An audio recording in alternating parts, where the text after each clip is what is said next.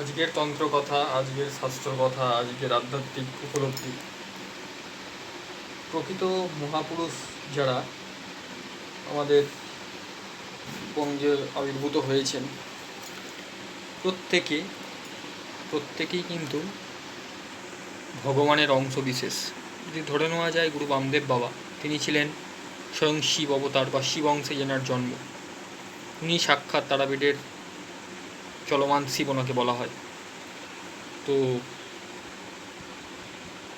স্বয়ং মহাদেবের ধর্ম কীরম ছিল বা মহাদেবের ব্যক্তিত্ব কীরম ছিল, তিনি কখনো অসুর এবং সুর মানে দেবতা এবং অসুরদের মধ্যে তিনি কখনো ভেদাভেদ রাখতেন না। সব জায়গায় তিনি সমান দাঁড়িপাল্লা নিয়ে বিচার করতেন, তুল্যমূল্য বিচার তার কাছে ছিল। কাউকে তিনি হীন চোখে বা ছোট চোখে কোনোদিন দেখতেন না।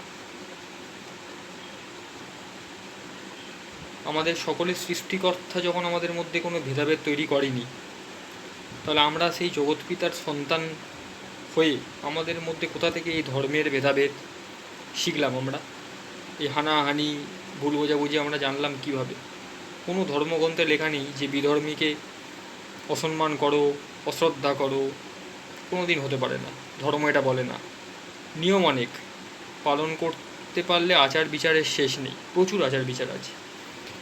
আচার বিচার নিয়ম শৃঙ্খলা মানলে ধার্মিক হওয়া যায়, কিন্তু প্রকৃতপক্ষে আধ্যাত্মিক ব্যক্তি হওয়া কখনোই যায় না। ধার্মিক কথাটি নির্দিষ্ট ধর্মীয় অনুশাসনে থেকে আচরণ পালন করাকে বলা হয় ধার্মিক। আর প্রকৃত আধ্যাত্মিক ব্যক্তি কাকে বলে?